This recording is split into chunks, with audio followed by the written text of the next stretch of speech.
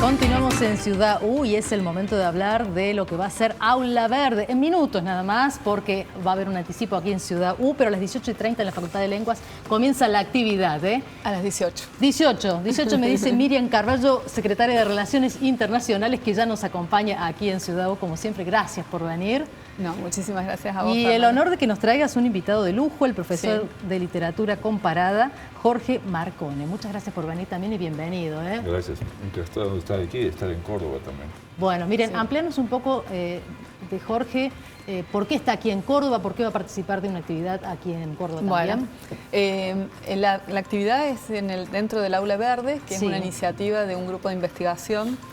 En realidad, acá estoy como representante de la Facultad de Lengua, como investigadora del área de ecocrítica. Yo dirijo un grupo y junto con la codirectora, María José Buteler, y todos los integrantes, organizamos estas aulas, que son espacios donde se invita a todo público para hablar de temas del ambiente, pero desde la perspectiva de la literatura o desde la perspectiva de las humanidades. Claro, ahí se fusionan estas temáticas.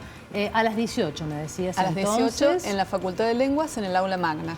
Bien. Y hoy tenemos un invitado de lujo, es el doctor Marcone, que viene de la Universidad de Rutgers en Estados Unidos. Y él es especialista en estos temas y justamente ha trabajado en humanidades ambientales del Instituto Saras de Uruguay, que creo que él puede decir más que yo todo lo que hace en Saras. Bueno, ¿nos quiere compartir un poco, Jorge, de lo que vamos a hacer un anticipo de lo que va a ser su charla, su exposición esta tarde, un poquito más tarde? Bueno, lo fundamental en la tarde es compartir con el público y compartir con otros colegas de otras disciplinas por qué hay esta necesidad de que distintas formas de conocer el mundo y de hablar sobre él se integren para enfrentar problemáticas ambientales. Y yo hablaré un poco de cuál es el lugar de la literatura en esta coyuntura que hace necesaria esta presencia, y eso implicará explicar un poco en qué consiste el proyecto de las humanidades ambientales, desde dónde se ha convocado y con qué propósitos se reclutan ahora las disciplinas en las humanidades para contribuir a la solución de problemas. Es una problemática y una preocupación que se da a nivel mundial, ¿no? Bueno, desde la literatura también empezamos a hablar sobre esta problemática de la naturaleza, del cuidado. ¿Cómo es este camino?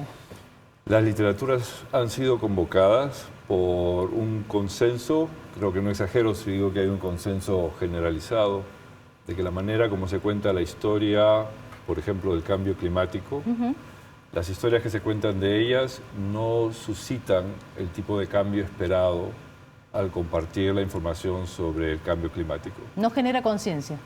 Genera conciencia, pero no cambio. Claro.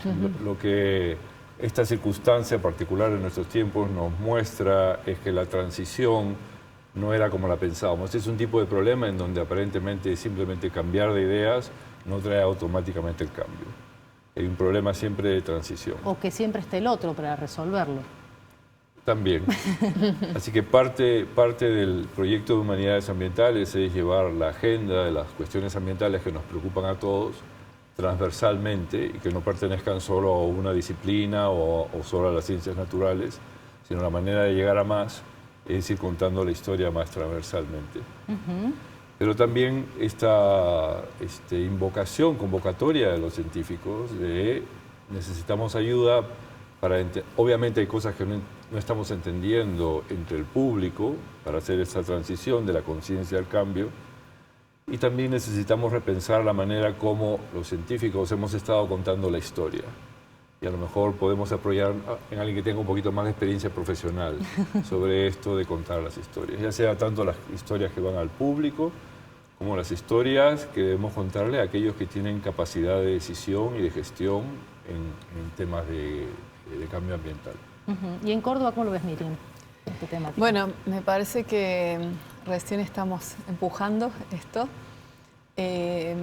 Sí hay trabajo hecho en las disciplinas más técnicas, hay trabajo por supuesto hecho en biología, en ingeniería ambiental, pero todavía falta el diálogo de las disciplinas de la vida, de las ciencias de la vida y las humanidades.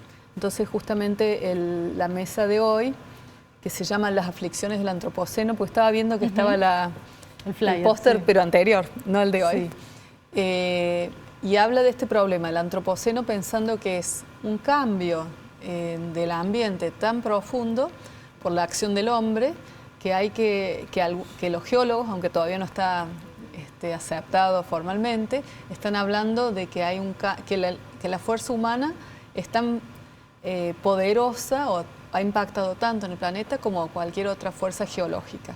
Entonces, la idea de hoy es compartir un diálogo entre expertos en literatura, pero también vamos a tener expertos de arquitectura, de biología, de medicina, de epistemología y de filosofía. Claro, el cambio tiene que ser de diferentes ámbitos, diferentes rubros.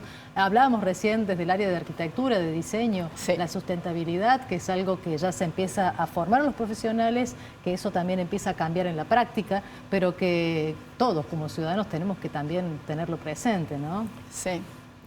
En diferentes ámbitos, en diferentes profesiones, ya se empieza a ver, y como decías también, Jorge, los científicos, ¿no? Hoy en día hay una fuerte presencia de los científicos advirtiendo sobre ciertas cuestiones graves de lo que tiene que ver con la naturaleza en el mundo, ¿no? Y creo que esta información genera distintas reacciones en distintas personas. A veces pánico, pero no hacemos nada. Sí.